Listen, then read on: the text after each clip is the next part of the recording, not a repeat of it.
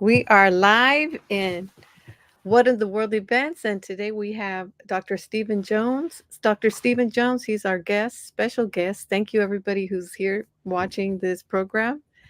And thank you, Dr. Stephen Jones, for being our guest today. Please tell us what you're going to be talking about today. Okay. First of all, Well, introduce yourself. Tell I'll us about introduce you. myself. Sorry. Well, thank you so much, Angelica, for Mhm. inviting me to come out tonight. And I have two roles. I'm an associate dean in the College of Engineering at Villanova University over here on the East Coast. And I really work with students to make sure that they're successful, that they have the support that they need, the counseling, the advising. And I was sharing with you, I've been doing this for 40 years. So it's been great to work with these students at different universities, Uh-huh. especially low income, first generation college students like I was. I was the first person in my family to go to college. And there was so much that I didn't know, so much I didn't understand, Mm-hmm. all the politics of a college, and never knew that I would be working at a college helping these students to make the same adjustments that I had to make to get through, and Mm-hmm. specifically in the area of engineering and helping those students to get through this really difficult curriculum and to see them graduate. The funny part of this now is that some of my students from years ago who married are sending me their children to my university. Mm-hmm. So that's a phenomenal aspect of it.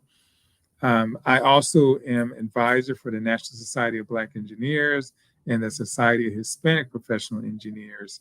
And Mm-hmm. I'm engaged in efforts across the state of Pennsylvania through the Pennsylvania Black Conference on Higher Ed to ensure that we keep diversity within our colleges across Pennsylvania. Mm-hmm. So those are things that I'm doing at the university. I also started a book publishing company because I found so many students were dropping out of high school, dropping out of college, and no one was really getting them ready and preparing them. So I'm really engaged in college readiness and college access efforts across the country and in our state specifically, really to ensure that the students have the foundation. A lot of times, even though they're the top in their class coming from their high school, especially if they're in the inner city, they've had a different experience in terms of their education, in terms of the courses, the rigor of the courses. So that can be a challenge. Mm-hmm. And so the first book I wrote, which is around study skills, is called The Seven Secrets of How to Study. Mm-hmm. And it's for middle school, high school, first year college students, Okay. and it shows them all the study strategies and how to manage their time and how to be more organized and plan and to get ready for tests. And it has college students that share what they did to be successful. And as I was sharing with you, I started doing workshops around the books, and parents wanted the books. So I wrote a book called The Parents' Ultimate Education Guide to help students learn, help parents of the students learn how to help their children do well in school, to how to be organized, how to actually plan and get connected with the school to get the best resources. And I Mm-hmm. have a lot of resources in the back of that book for the parents. Mm. And then as I did the seminars for the parents and the students, they all talked about scholarships and finding money for college. So I wrote a scholarship book, and I've been Awesome. able to sell about 40,000 of those books to school districts, after school programs like Upward Bound and Talent Search and Gear Up, and Wow. just be not only on the college campus, but getting students ready for college. And I actually, thinking about that, I actually have a couple of programs for high school students at my university as well. So all those things keep me very, very busy. Congratulations on all of your accomplishments, Dr. Jones. I'd love to hear the name of your books. I think we should probably, um, we'll probably later have to put them in the comments so that people could know where they can get your books and share it with others. Uh, Yes, they can. It's the first book is called The Seven Secrets of How to Study. mm-hmm. That's the study skills book.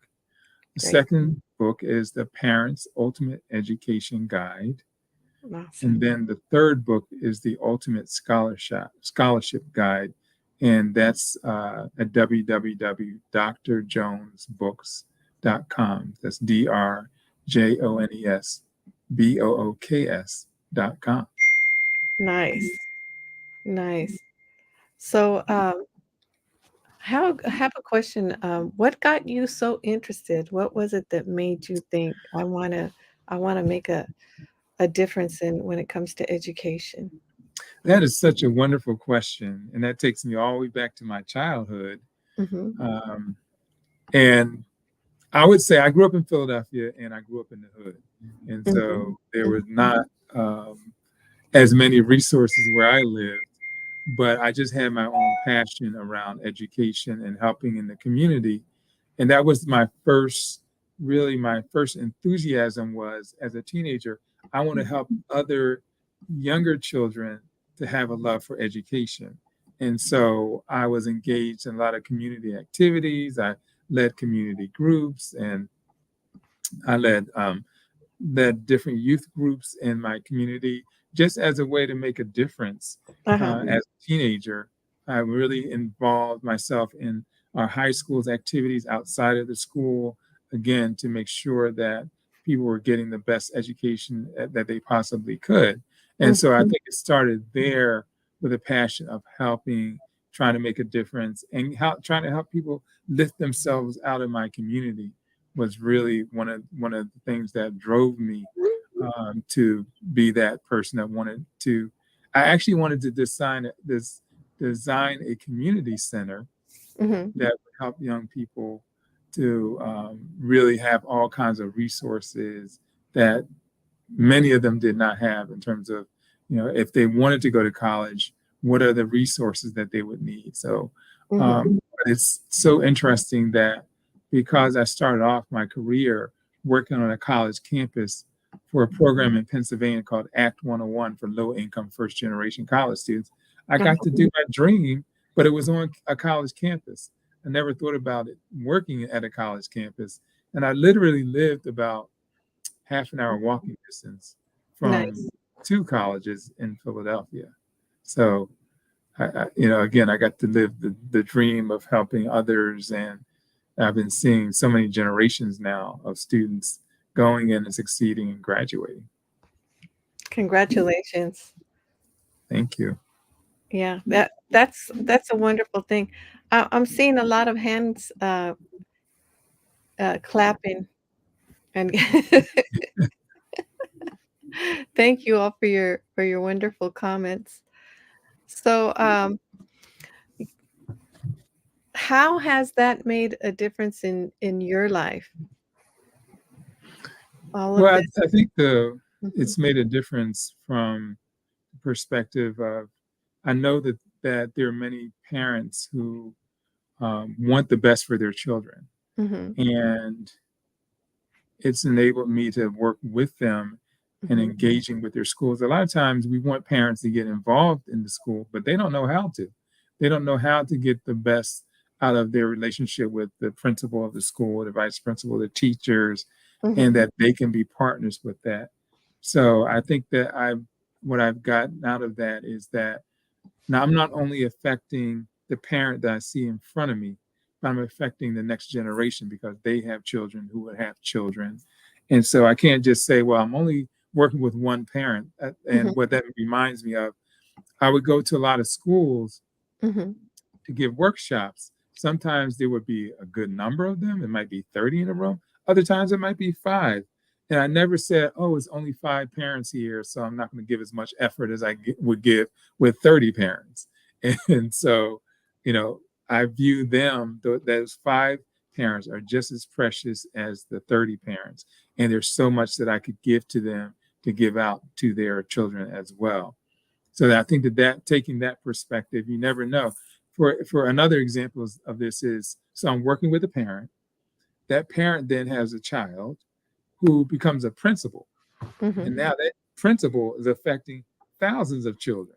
So you just can't look at the person that's in front of you. You don't know what that's going to lead to, but you're planting the seeds and you're expecting it to yield a reward at the end of it, and Mhm. you value that. That is awesome. Well, we already have a question. Oh, I'm sorry. I the sound went off. I hear you. Oh, okay. All right. Question. Do you have any tips for parents that are preparing their children for higher education? Oh, absolutely. I think one of the first things that you can do is kind of create the environment where they're getting ready for college in several areas. One is time management.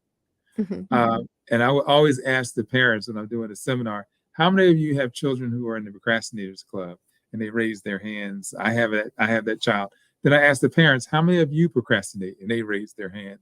And I talk about how how important it is for So you to get true. your children on a pattern of managing their time, managing their priorities. And that's going to happen because if they get to college, the parent is not going to be there to say, go to class. Oh, it's time for you to study. You need to get your paper in on time. All the things that parents normally do with their Hmm. young people, Hmm. those are things they need to be practicing so that when they get into the college environment, they're prepared for that responsibility. I think a lot of that is um, helping them to prepare, helping them be more organized. Hmm. And the earlier that you do that, the better.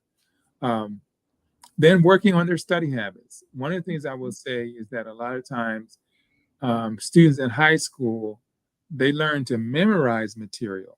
Hmm. Then they get to college and they have to apply what they've learned. They have to apply what they've read. And they've never done that before.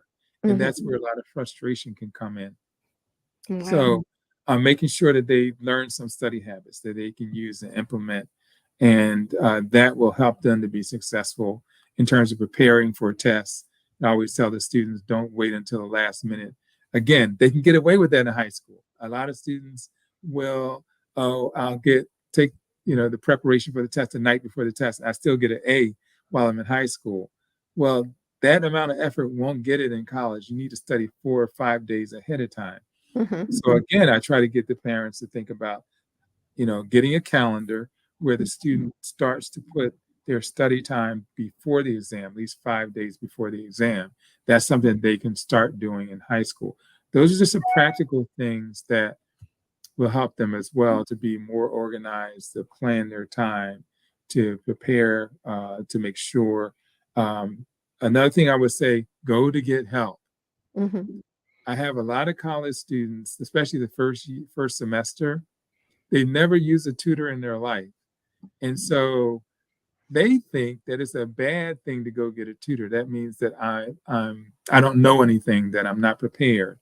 Yeah. No, the students who are getting A's and B's in college, they're getting tutors. Yes. And they've been getting tutors since they were in elementary school, middle school, and high school. So you thought that those children were really smart, but they Hmm. were getting tutored. They Yes. were meeting with their teacher before class, they were meeting with their teacher after school. And that's how they were doing better than many other children. So getting in the practice of seeing a tutor, getting help, um, and then dealing with stressors. I found that a lot of students these days, I don't know whether I just didn't see it, but students seem to be more stressed, Hmm. uh, and that it's not a bad thing to go get some counseling if they need it. And Hmm. there's different situations that individuals are coming through, especially with COVID, made things all kind of much more unusual. Yes.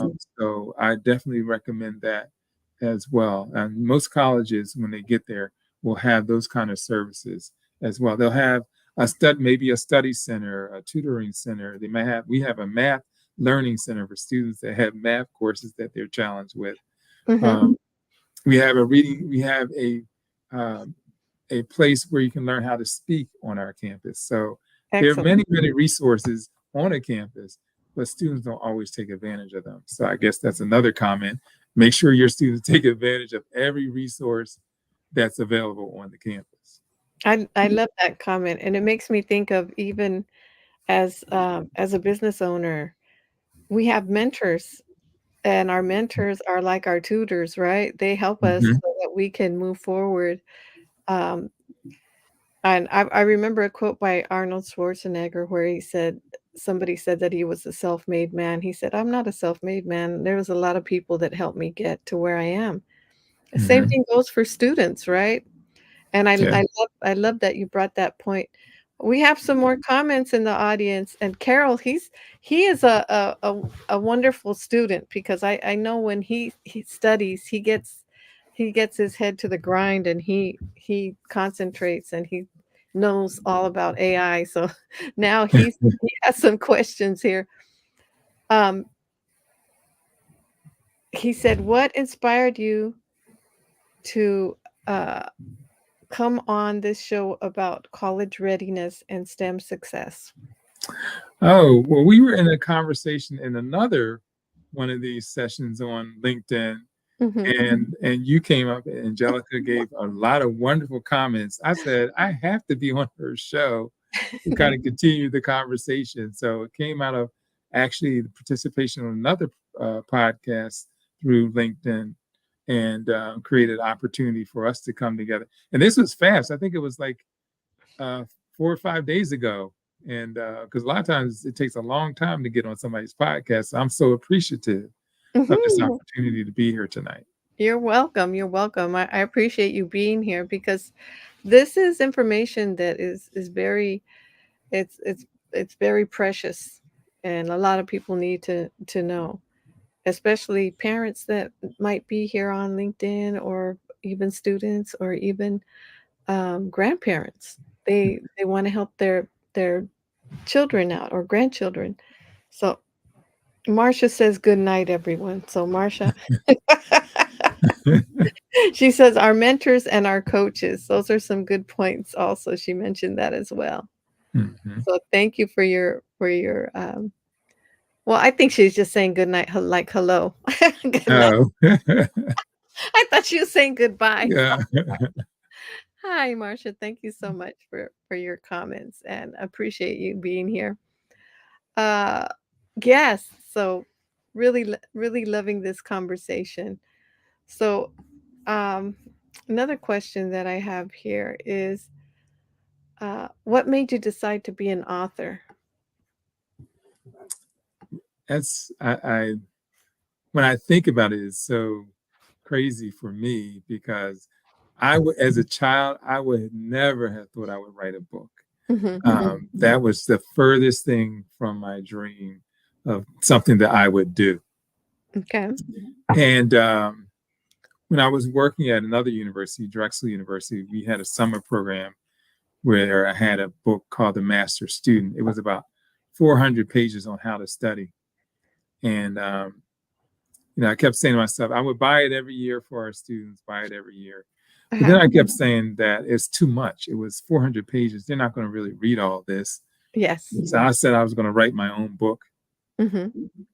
And, and I said it in a whim. And I started outlining what I thought a book would look like. I didn't read on how to write a book. I just Hmm. started doing it.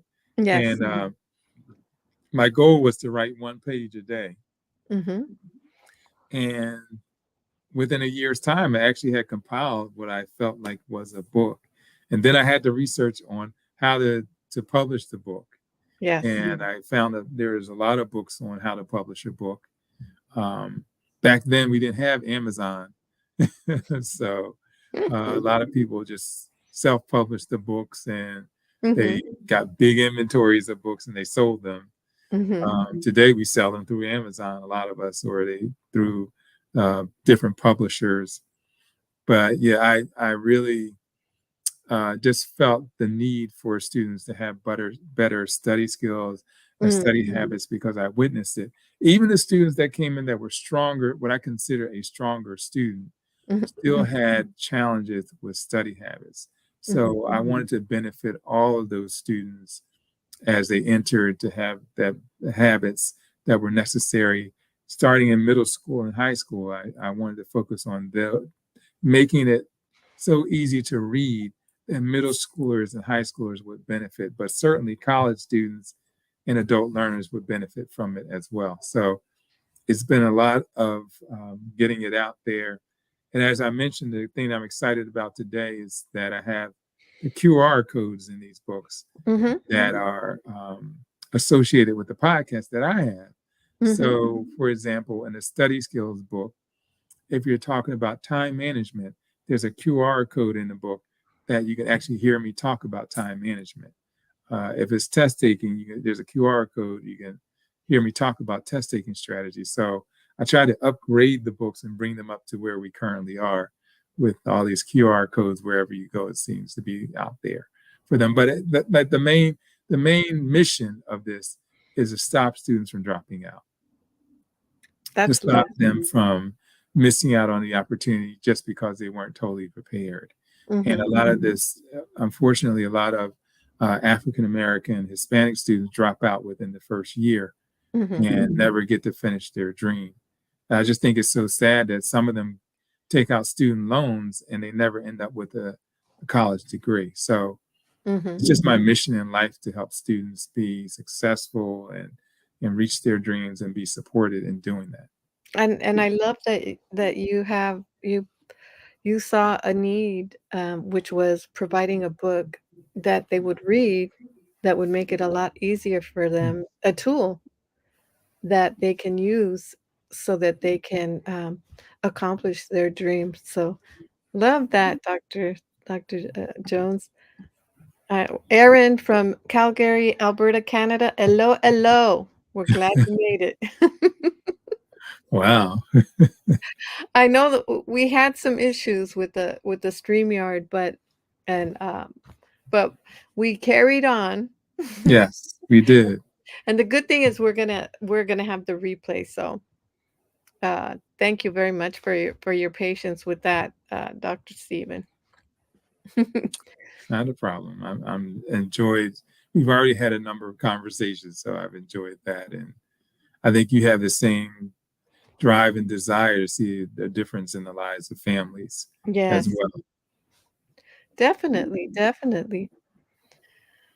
So why do so many people struggle in college? I think you one of the things that you mentioned is, of course, they don't have the tools, and that's one of the things that you provide. Is there anything else that you want to mention about that?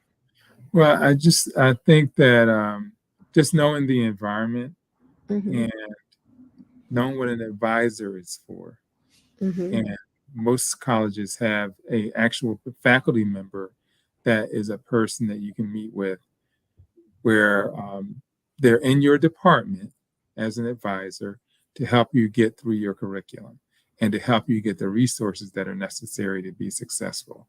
So, really kind of planning what courses you should take, um, if you're stuck in a specific class, where you can get help. That's what an advisor is for. Often, students also don't know that the professors have office hours. Mhm. I found students sometimes would think that office hours meant that was a time that the faculty member was studying on their own and doing their work. They didn't know that that's a time that they were supposed to actually go meet with the faculty member and schedule an opportunity to get ready to be successful for the next quiz or the next test, that you can actually meet with a faculty member.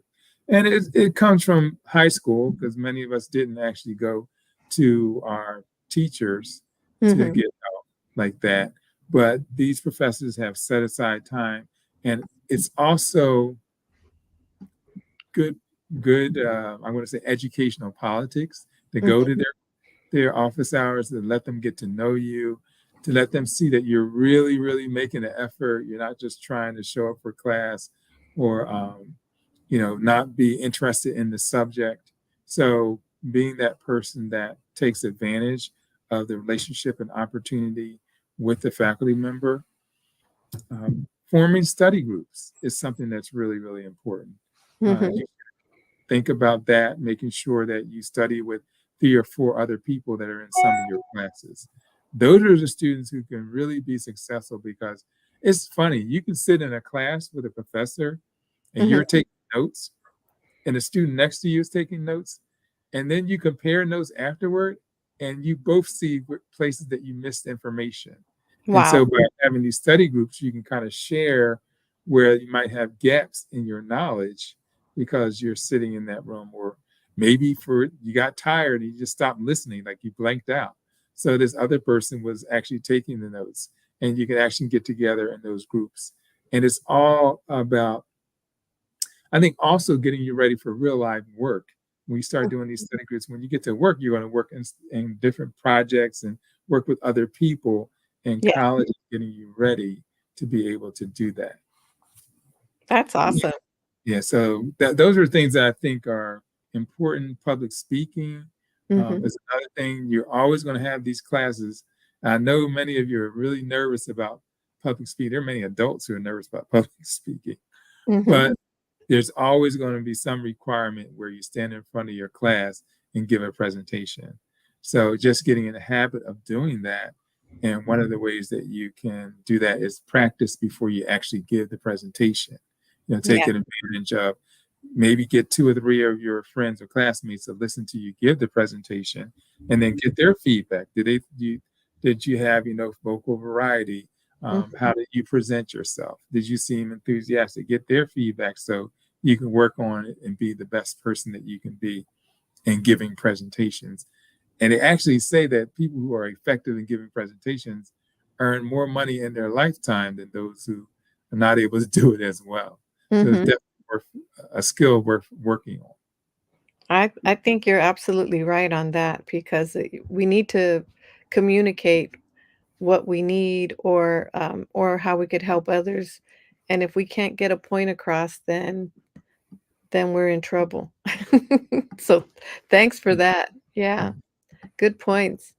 Yes. Um, so how should parents that have children, let's say through K through 12 or even preschool, that's Yes. our organization works with preschoolers. How should they prepare their students for college or a trade school? Reading is essential. Uh, The ability to read affects everything. It affects math, it affects sciences, it affects, of course, the English and psychology and all those other subjects. But the ability to read, not only just read, but comprehend. Mhm, One time, my son, he was really young, mhm, and we gave him a book to read. He read through the entire book, and then we asked him, "Well, tell us about the book and tell us what you learned from the book." And he wasn't able to answer that question. And then we realized that he was just reading to say, "I did it and I finished it." He mhm, wasn't reading to comprehend.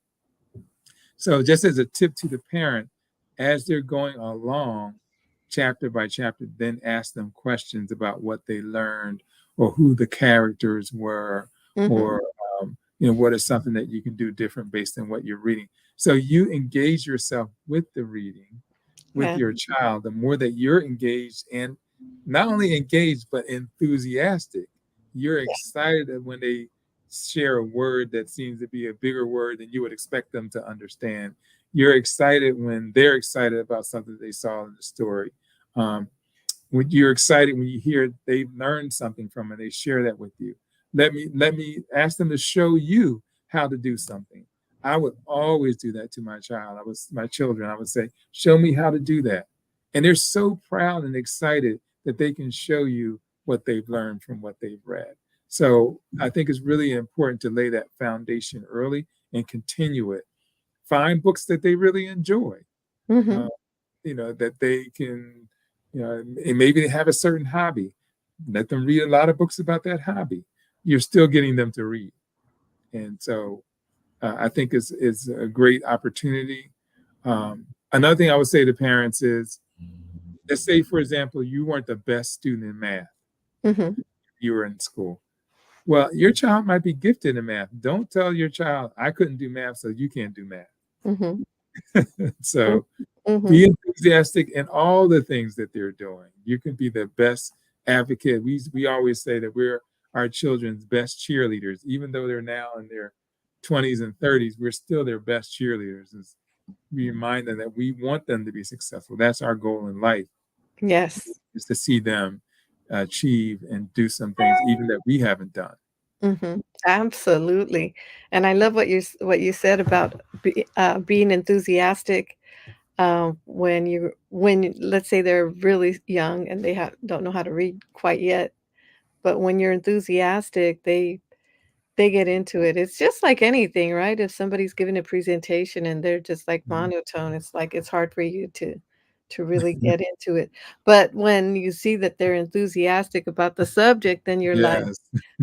then you get into it and you're like, wow.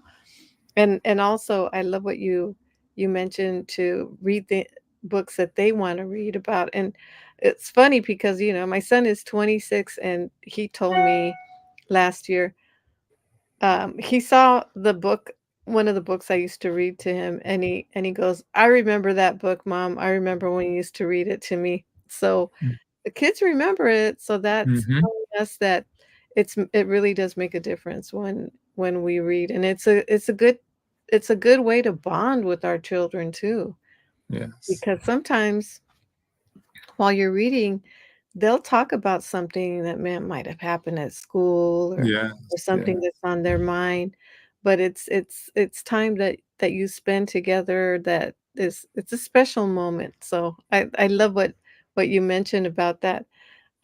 We have Leah Garcia. Thanks for coming, Leah. Yeah. And I think she's really good at math, so I know she understands that. But, she says, "That is so true. Reading is the foundation for everything." It really is. And, I like to read, when I was a kid, I liked rhyming books, but I Mhm. found out that that really helped me with my, um, reading skills and my spelling skills. I'm pretty good with all of that, but it's because of my love of the poetry and the rhyming. Mhm. So, it has a rhythm to it, too. So Yes. so that's the mathematical part, right? Yes. Well, it's interesting that you bring that up because I was just thinking how many of my engineering students are artists at the same time. They play music, they design different types of things. So they have another side to them that you wouldn't expect, but Mhm, they have that. That's what allows engineers to create so many wonderful things because of their minds. They use it in a creative way, and they represent things in a creative way. They look for solutions to problems. Engineers do all of that, and so I always say with I have different types of engineers: chemical, mechanical, electrical, civil, mm, computer mhm, engineers. And if you look at a hospital, that's one way of looking at it. The chemical engineers make all the medicines in the hospital. mhm, The civil engineers build the buildings, the roads that lead to the hospital, all the designing of things. mhm, The electrical computer engineers is self-explanatory. The electricity, the power, the computers that run all of the hospital, those are electrical and computer engineers. And then the mechanical engineers design the inner workings of things. The robotics. Now in hospitals, they do robotic surgeries where mhm. the robots are engaged, and they say the robots are even more accurate than a human hand in doing these surgeries. So you can see mechanical engineering in that. And so all of engineering is in the hospital setting, but Yeah, it's all around us every day. And we use it and we benefit from it every day. absolutely. I love it. I love it. And what you mentioned too about I was thinking about my niece. She's really good at math, but she's also a very good piano player. So Mm-hmm. she has those two different skills, but they're both mathematical because Yes. the rhythm and the timing, all of that. It's so interesting, and I love it. But it's art. It's beautiful. You know, Mm-hmm. sometimes people look at the stem and they think, oh, there's really no art in that. But I think there's something to say about that, right? Yeah. Now they call it STEAM: Yes. science, technology, engineering, art. Yeah. So they brought it into the whole conversation. I think it should be in the whole conversation. They're all connected, right? Uh-huh. Yes, it is. How so, how do you ensure that you reach your educational goals? Like, let's say, somebody that wants to reach their educational goals? You mentioned a little bit about that earlier. Yeah, so the most important thing in reaching your goals is writing them down. This Mhm, is interesting. One of the things in my life is I'm a minister, mhm, and so I was doing a sermon this past Sunday on, and part of it was on goal setting and making your New Year's resolution. And so I shared with them that as far as reaching your goals, only 9% of people who have a goal every year reach their goal. Only mhm, 9%. 23% of those who start a goal end it by the end of the first week. That is their New Year's resolution, their goal. mm, 43% end their New Year's resolution or goal by the end of the month. mhm, And so 9%, but 90% of the 9% that did finish their goals wrote them down. So the most powerful way that you can accomplish your goal is to write them down. Another strategy that people are using as well is a vision board, where you actually have a board and you take a bunch of pictures from magazines and different mhm, things and you paste them onto a board. But then you do have that vision, but mhm. also writing it down and then holding yourself accountable. What are Yeah. the measurements? We call them SMART goals. Specific, what is the goal that you have? Measurable, how are you going to measure whether you're accomplishing that goal? Let's say you want to lose 20 pounds, so you want to lose a pound a week. How do Now you know you're I need to do measuring whether you're that? accomplishing the goal that you want to achieve. Yes. Um, and so, you want to measure it. You want to, is it attainable? Yes, it should be something that's realistic for you to attain, that's attainable. Is it realistic based on the skills that you have? Well, it may be that you need more training to reach your goal, or you may need to watch a bunch of videos or read some books. So it can be realistic. And Mhm, then what is your timetable? What do you want to accomplish in a week, I mean, in a month, in the year? So you actually have a timetable of the things that you want to see, and you write them down. And then that writing them down gives you the ability to see what you're actually going to accomplish. It's more visual that and possible that you can accomplish it. So that would be my tip. Make sure you write down your goals and follow them. awesome. Thank you. So, what is the best strategy for finding scholarships? Love all of these tips, by the way. They're awesome. That's a great question as well. I would say making sure that you have a day of the week that's your scholarship day. Mm, And it could be any day of the week, but you have an hour or hour and a half set aside to search for scholarships, mhm, to write the scholarship essays, to make sure that you are meeting the deadlines and having a calendar and seeing what the specific times that they're due. That's the key. One of the things that I find is that sometimes students will write for scholarships and they'll only do it for 1 week. And then they're upset when they get scholarship returns that say they didn't receive the scholarship, they didn't win the scholarship. Well, don't give up. That's the key. If you continue to apply, continue to apply, continue to apply, eventually you're going to win something. nice. So you have to have that persistence. Um, no, I'll say this: no means next opportunity. No doesn't mean the end. It's just next opportunity. So you're going to keep applying.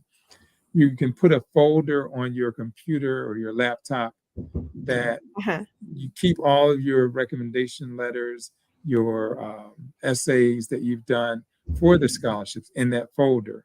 Mhm. And then you can use them over and over again, when you have other scholarships that you're applying to.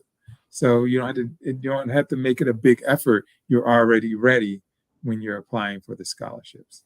So also find out if your school district offers scholarships.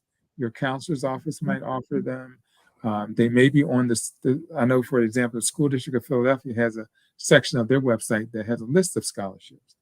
Other schools might have those scholarships as well. Also, when you're applying to colleges, go to their financial aid section of their website and see if that college has specific scholarships. Mm-hmm. That's where a lot of colleges offer them throughout the year, or they may have deadlines. Oh, I've had so many students that have missed out on scholarships just because they missed the deadline. They Oh, financially qualified to win the scholarship, but they missed the deadline. wow. Oh, Please, please, please. And you can start heartbreaking. doing this while you're in 11th grade. You can start writing down deadline dates of scholarships Mm-hmm. while you're in 11th grade. And not, even though you're not applying because it's a scholarship for the 12th grade, you have the deadlines. You know, okay, at least a month ahead of when the scholarship is due, I want to have it done and submitted. You can just make that a habit. I'm always getting them out there a month ahead of time. And you can take advantage of the time that you're in high school. Not all high schools do this, but some of them will have a financial aid night. Mm-hmm. And very often parents wait until they're in the senior year to start going to that. I would say every year that they have a financial aid workshop at your high school, attend, because there's something that you can pick up from every one of them.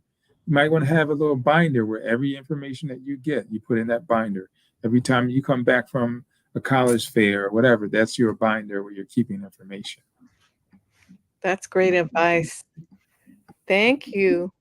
Yes. Just a lot of gems today, a lot of gems. So this is a question that I'm going to ask because I know when it comes to exams, kids get nervous, even adults get nervous, and so what is the best way to study for any exam? To me, the best thing to do is with and getting ready for that. Mhm. Um, every time you take a class, do a review of what you learned in that class. So again, you're in high school.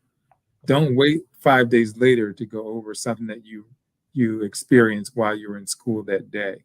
When you come home, go over that material again. Two things that are beneficial: it's fresh in your mind, Mhm. and also you can put question marks next to the things that you don't understand, something that you need to go back and meet with your teacher about. Mhm. But if you wait 5 days later, you will have forgotten what were the things that you still had questions about or where you had gaps in the information. So I think it's really important to just get in that habit of preparation, understanding that I'm not going to wait till the last day to get ready for my examination. Reading the book. I had a student that one of the ways that she got the best grades is she read a chapter twice. She Wow. actually read the chapter and she read it again. And she took notes that second time around Mhm. because it became more clear the second time around. Now, I don't know whether every child has that fortitude to read Mhm. it twice, but Mhm. you should at least take notes while you're going through the chapter, something that you want, or indicate something that's important. You Mhm. can use various colors of markers to indicate something that's really important that you should know. That's if you own the book. Yeah. So, um, but you know, yeah, I say that because it might be owned by the school. Yes. Um, the library is still a place to go to get information. Yes. They may not have as many books as they have. They may say download this book or listen to this on your iPad or your phone, so they can point you to good resources. So I just want to say to everybody, make sure you connect with the librarians for help as well, especially if you're doing research for a paper that you have to turn in. They could be helpful in providing you with strategies to get to those resources. You don't have to wait and miss out on doing the paper because you just didn't know how to get started. You can actually get the help from a librarian. So it goes back to what I was saying earlier. It's a wise student that goes to get help from those who are professionals and who are there. So I think that those are some of the important aspects of studying and preparing for a test. Like I said, I have a habit of studying 5 days ahead of time. What Mhm. am I doing in those 5 days? I'm reviewing my notes, I'm reviewing the book, I'm meeting with the teacher, I'm making sure I ask others questions. I'm organizing study groups. So I'm doing all the things Mm-hmm. that I feel full up with information by the time I get the test. And arrive to the test, and this is for college students now. Mm-hmm. Arrive to the test early. Don't come rushing in the classroom. You want to be there early and study some of your notes in the classroom and refresh yourself before you take the test. Those students do really well. They get there early and Mm-hmm. they're settled and they're ready to go. And they have, the notes that they need for that. So, um, and if you have, let's say, a class in high school that's first thing in the morning, try to get there a little early. You never know just by sitting around and talking with the teacher how much information that you can get in preparation for the next test. That's awesome. Great, great information. Now, another question. How do you know if a student is ready for college? Oh, yeah, that I think there are certain key things that are important. Mm-hmm. Uh, how consistently have you seen them studying while they were in high school? How organized were they? What kind of grades have they earned? Mm-hmm. Um, what is their enthusiasm for learning? Mm-hmm. I've seen parents push their child into a four-year college and they're not ready. Mm-hmm. Uh, and I think you can sense that. You can sense as a parent how devoted they've been, Mm-hmm. how engaged that they have been with the learning process in terms of meeting with their teachers and the kind of projects that they've done. Have they really shown enthusiasm for that? Or when they come home to study, are they studying for like 10 minutes and then they're on their phone for the rest of the evening? Um, all those things should be signs of whether that child is really enthusiastic about learning. When they think of going to school, they're not excited. They're Mm-hmm. just, trudging, or you had to push them to go to school. Wow. Those are all signs. And colleges today can cost anywhere between $25,000 and $85,000 a year. So Wow. you don't want to send your child off to a college and to have them fail out the first semester or the second semester of college. You want them to be successful. So if you feel as though they're not totally ready, they have some potential, because I don't want to just eliminate the possibility. I Mm-hmm. always recommend community college and take a reduced course load. So rather than taking the 15 credits, have the student take 12 credits. Mm-hmm. And that way they have more time to study, more time to make the adjustment, and more time to really work with tutors and faculty in those 4 classes versus the 5 classes. They can always pick up that class during the summer Mm-hmm. to get caught up because they took one of the courses off. But Yeah. I'd rather have your child be successful. And if your child says, I'm not ready for college and that's not what I want to do, Mm-hmm. then believe them. Uh, there are other kinds of educational opportunities. There are Yeah. trades that they can do. There are 18-month technical programs. Mm-hmm. Uh, for example, there are programs in radiology. You go through a training program, you become a radiologist. So Yeah. there are a bunch of training programs offered that you can take advantage of and then still get an education. Um, Plumbers, electricians, all those air conditioning people, they are making a ton of money in Mm-hmm. those areas. So, but the main glue that holds this whole thing together, you still have to study. Yes. No, I don't want a plumber doesn't know about pressure, doesn't know how to weld. Like, so there's still things that you have to know how to do in Mm. all these different professions. And it And takes reading, it takes test. studying. You're going Like to test the, that you have to take to mm, and pass to move on to the next level. yes. So we had a discussion earlier, and you were talking about your book, and I was really digging what you have in your book. So you have a scan in there in your book so that people could also hear the audio of it, right? Yeah, so it's That's genius. I think it's a great idea. yeah. So I have my podcast is called Education Central. Mhm. And so I've been doing it for the last 3 years, and it has over 125 topics on education and careers. And so I kind of matched up topics from the podcast Nice. to the topic of the book.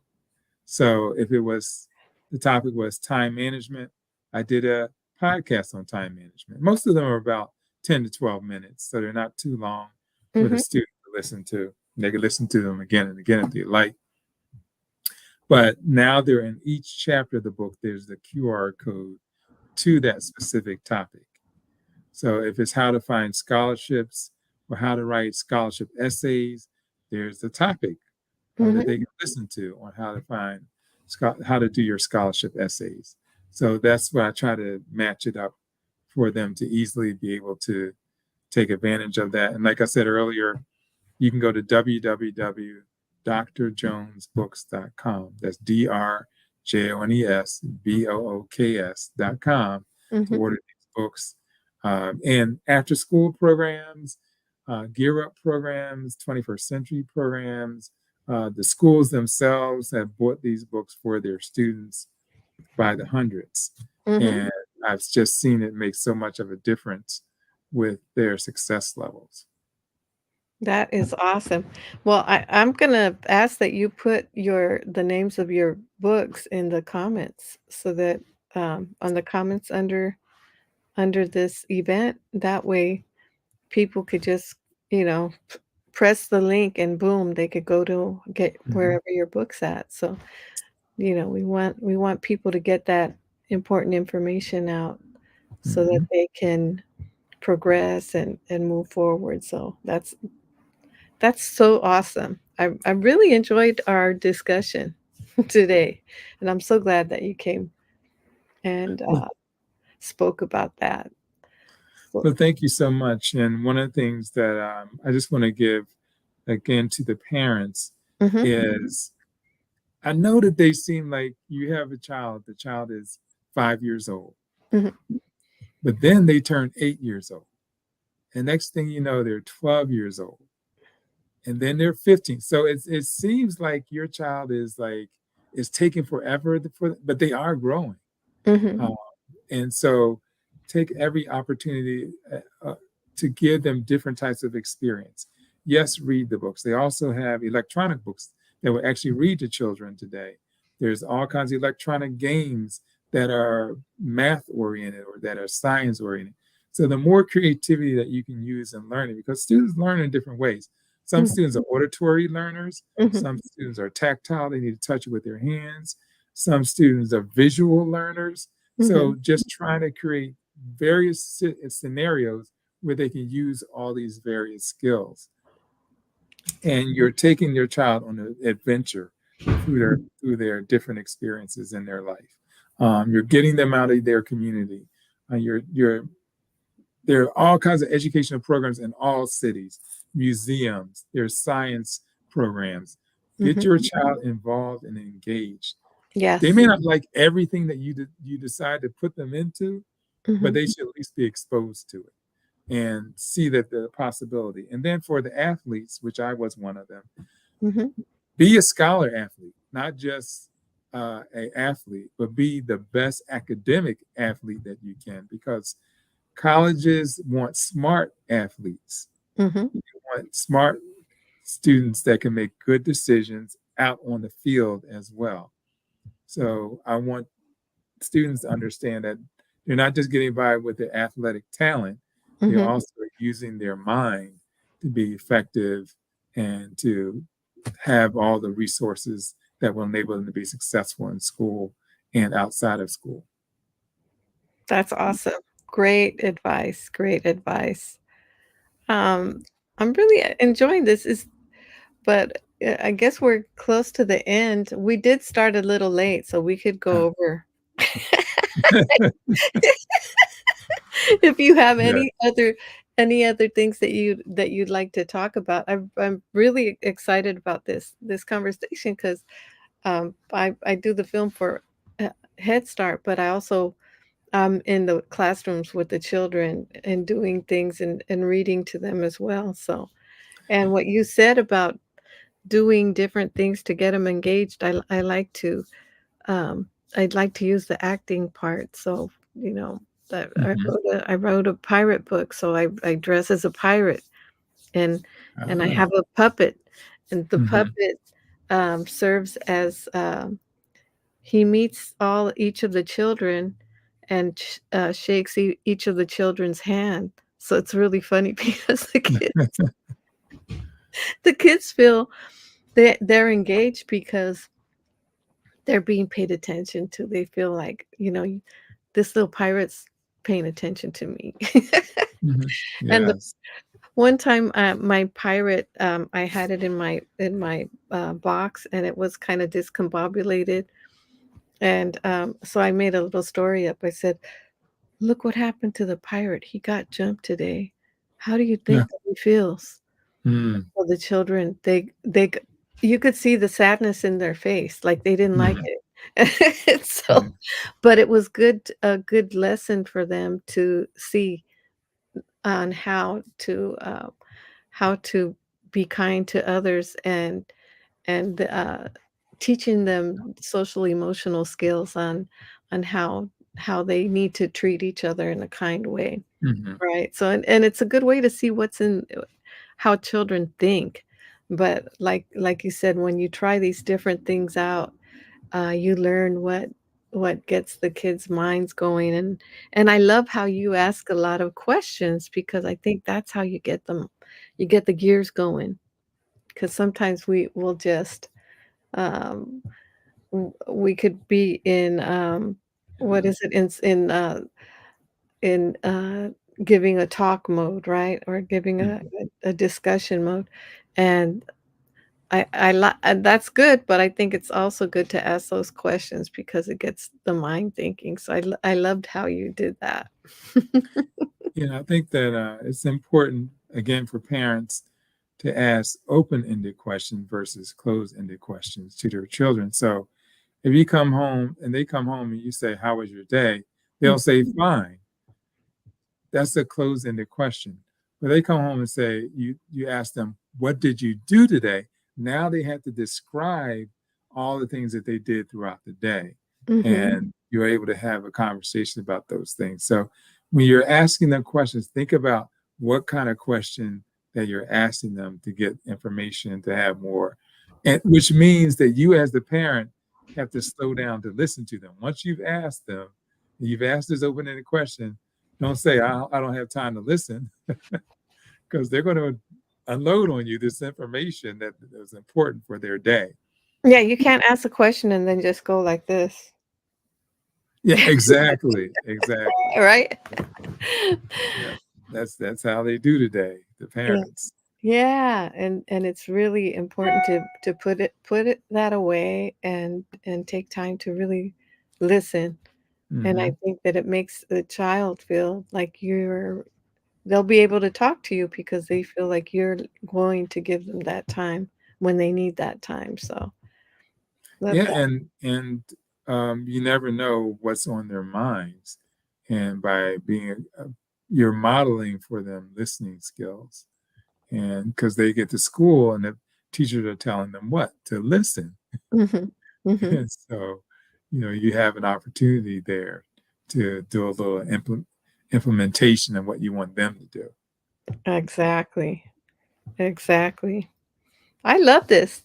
I'm looking forward to another one. Well, we could come up with another discussion next time. So Sure, sure.